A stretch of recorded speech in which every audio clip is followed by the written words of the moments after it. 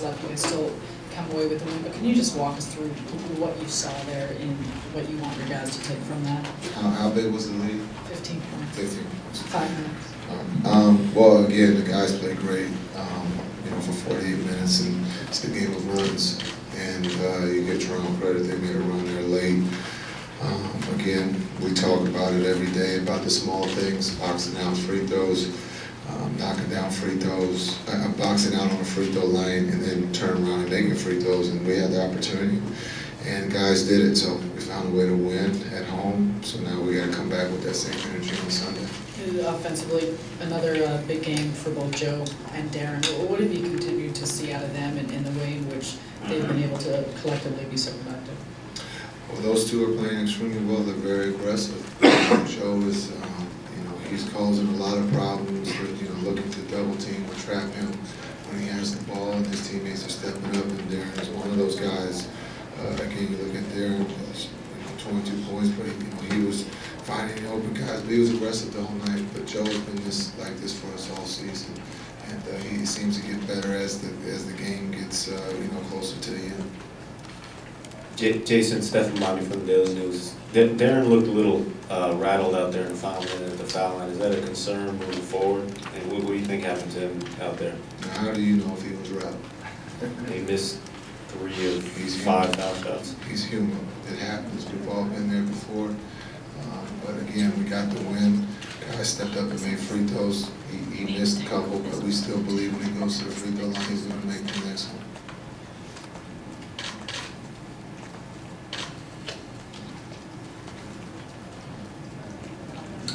Steve Lichtenstein, WFAN. Andre Blatch was more assertive today. Was there anything discussed specifically to get him going?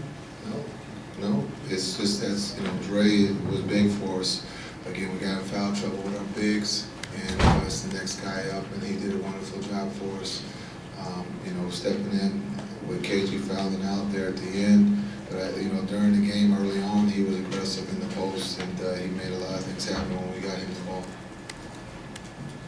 Right, Coach Nick Madalino, starting5online.com. What did you think of the energy in the building tonight? Oh, I thought it was great. Our fans were awesome for 48 minutes, and we're going to need that again on Sunday. Right here in the middle, then in the back. Coach John McLeod of the New York Times. This team was assembled to win a championship. Do you think winning now is added pressure? There's no pressure. This is a game. It's supposed to be fun. It's supposed to be enjoyable. And our goal is, like the other 16 teams, to try to find a way to win a championship. In the back.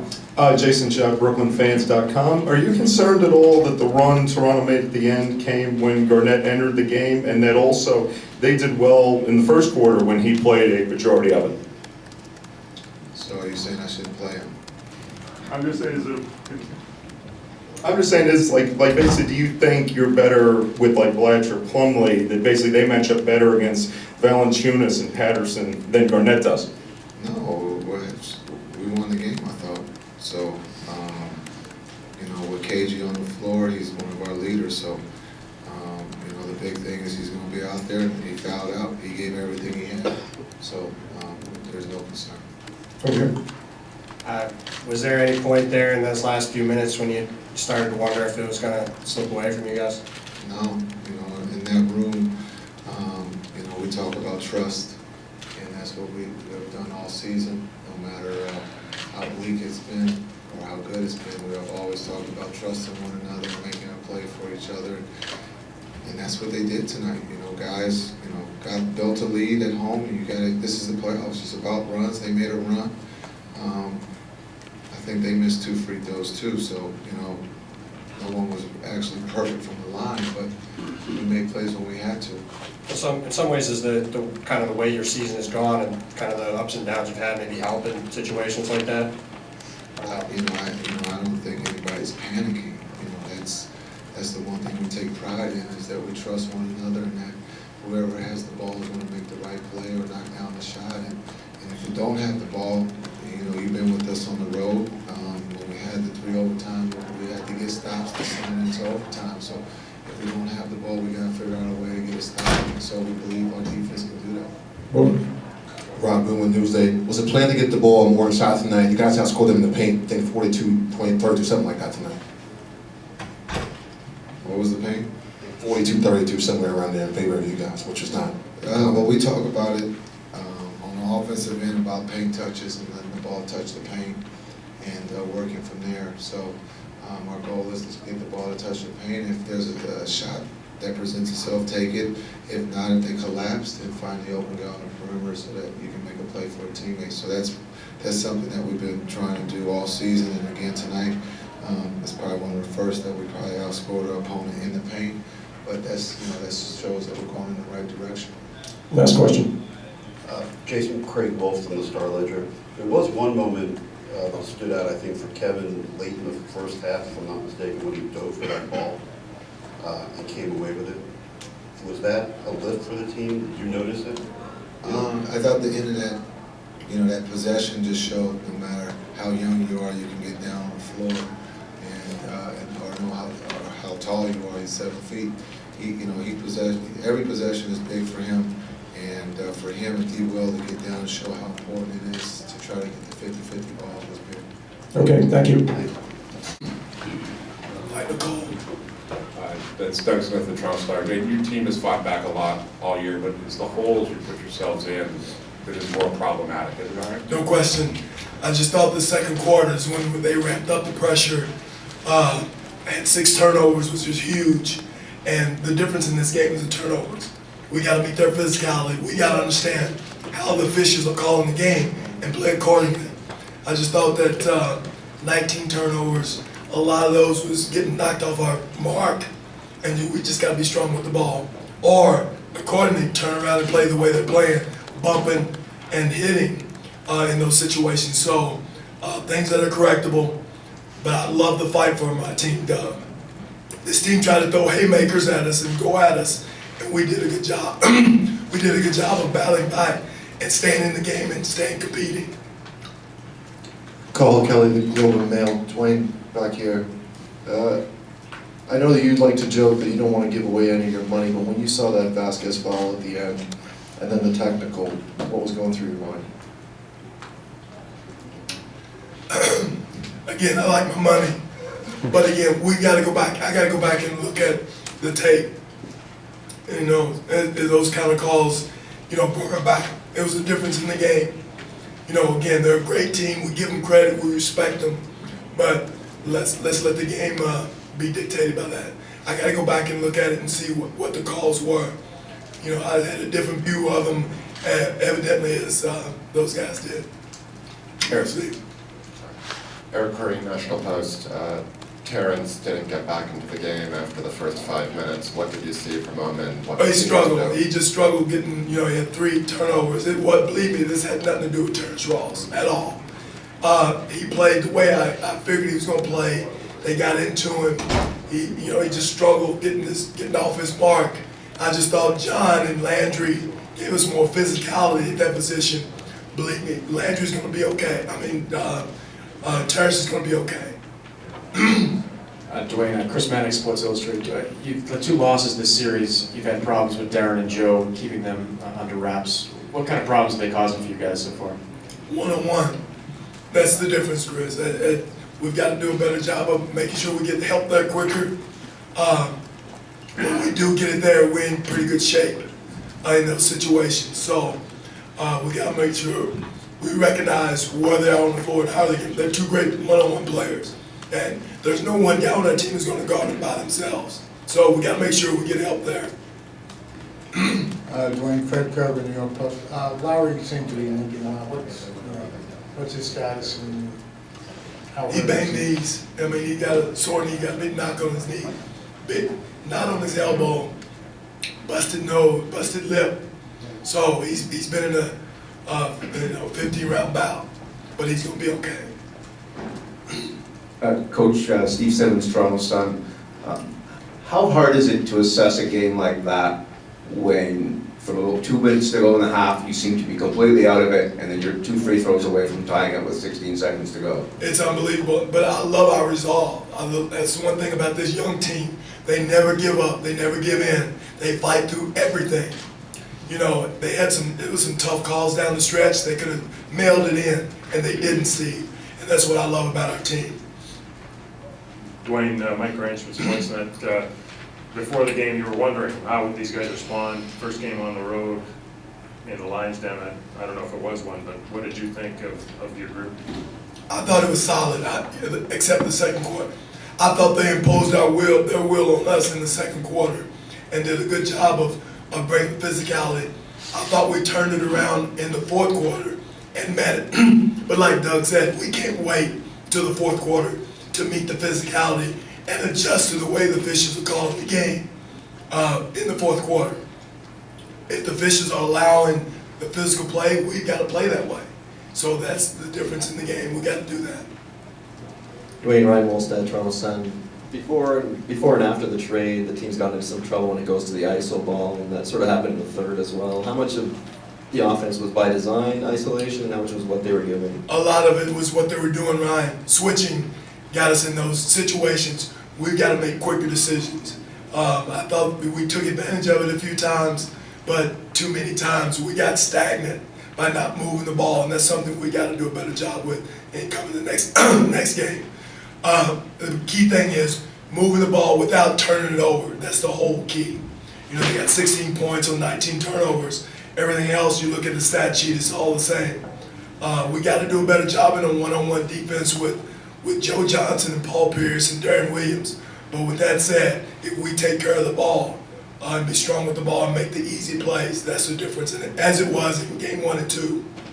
Dwayne, Devin Carpathian from the Brooklyn game. You guys use Patrick Patterson for a lot. He I think hit 3 or 4 3-pointers. He's do you see him as a counter to the way the Nets play with their stretch 4 and small ball? Patrick brings so much to the table. His physicality, his intensity. He can knock down shots, and we needed that tonight. We needed to be able to stretch the floor out because they are playing small. That small ball gives them a little bit of an advantage, but with Patrick, one thing it does is allowed us to really crash the boards, and that's where I think we have an advantage. But he's playing excellent. He's kind of getting back the rust off after the injury he had. He's playing a lot better. Dwayne, as well as Patrick played, what do you say to him when he had 2 shots to tie it and couldn't deliver? That's part of the game. You know, he got himself in that position, and you know, he missed the shots. That happens. You know, you got to live with it. Again, there's nothing in this game that discourages me from our team. I love them. They compete at every turn. Every time you think they're down and out, they keep coming back, keep coming back. We just got to get some more productivity out of one more position in this series. Dwayne, DJ Sixsmith, WFEB Radio. You have a very young team. Obviously, it didn't go the way you wanted to today. So what's the most important lesson you can instill for the guys going into the next game? Well, like I said before the game, next play. You know, whatever happens, whether it's you lose the ball, you miss a shot, you miss a free throw, you got to come back and play the next play, and that's what they're doing. Again, be sharper in our rotations defensively. Make sure that we take care of the ball. Get away from so much ISOs, but again, the way they're playing us causes that a little bit, and you got to tip our hat to them. But now we've got to make some adjustments to get away from just the one-on-one trying to attack 1 against 4. Final question to Josh. Josh Lundberg, TSN Radio. Coach, you talked about using a tight rotation after game 2. How much, what was it, matchups tonight, foul trouble that kind of took you out of that? Well, the thing about it, just searching. We were searching for that next guy. T-Ross struggled a little bit, so we were trying to get a next guy. Another one, just trying to get some more, make sure we had a matchup for Joe Johnson, and the one-on-one play was another key. Landry, you know, you had him first, then we went to John. John gave us a little bit. So just searching a little bit in those 3 positions to give us a defensive stopper and some offense out of that one spot. Thank you. 15-point lead in the last few minutes. What are you talking about in the locker room after a kind of loss kind of like that? Mainly, we got to be aggressive through the whole game. We can't wait till they pick up their aggressiveness and, then we're going to pick it up too. We got to be aggressive throughout the whole game. I think we relaxed a little bit. Once we see they had that big lead, we try to fight back. We can't put ourselves in this situation. With the way Kyle was kind of hobbling a little bit there, I think got hurt in the first quarter. Does that put more pressure on you and the rest of the guys to kind of create for him, or do you still try to run things through Kyle? You know, he gonna fight through. Cal, he tough, man. He gonna fight through until he say he can't give us nothing, and you know, we'll change otherwise. But as of right now, we gonna continue to play through him, let him run it. He still gonna be aggressive unless he say otherwise. DeMar, Michael Scott from SheridanGroups.com. Joe Johnson tonight carried the Nets with 29. He got a lot of post-ups. What about his game posting up gave you guys problems tonight? You know, he big body. You know, it's tough once he gets you down there and get his hip on you. He's very crafty with the ball and his floater. You know, you really can't do too much to it. You know, once he gets 6-7 feet in there, you know, we just got to be quicker on the double teams to get the ball out of him. Ryan Wolstad, Toronto Sun. When the team struggled this year, a lot of on offense, a lot of it has been when it gets too ISO heavy. Dwayne was saying they weren't really giving him any options besides sort of going ISO. So how do you fight through that and get the ball moving more? Because in the third in particular, that's when things sort of bogged down. Yeah, we got tomorrow to watch film and see what things we could work on or look at opportunities where we don't have to ISO so much, where we can move the ball, get on the rotations, and be aggressive and get to the rim. Any other questions?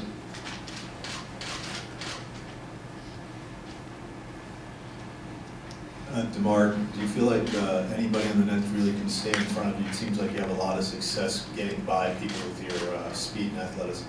I don't think so. I don't think so. You know, it's just me having an aggressive mindset to want to get to a free throw line, get to the basket, and try to create not just for myself but my teammates. DeMar, Devin Carpenter in the Brooklyn game again. There's a combined 63 fouls between the two teams tonight. Obviously, very aggressive, very physical. Did you notice that in the pace of play? How how the game was getting called? How did that affect how things were playing out?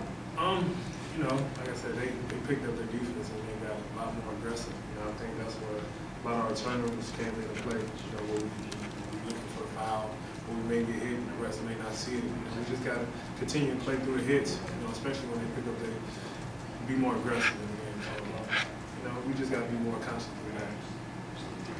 Mark, can you remember a technical at that sort of situation in the game you played in, and how tough is it to get that call in a playoff game last minute?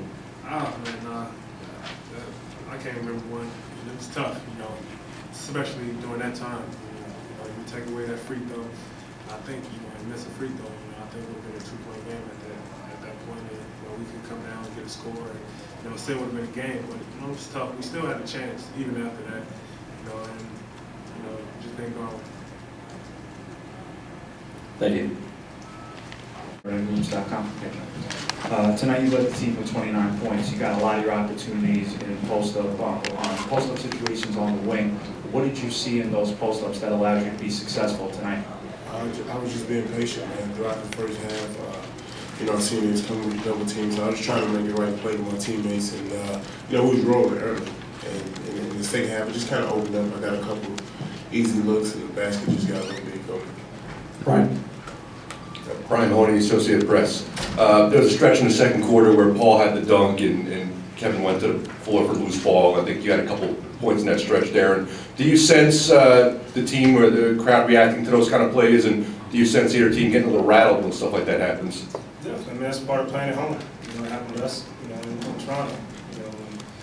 You know, the crowd gets into it from hustle plays, or from, you know, big shots, dunks, and we feed off them, they feed off of us. And so, you know, I thought our crowd was great tonight, and we'll continue to be great. For both of you guys, Rock from Newsday. Fourth quarter, what happened do you think?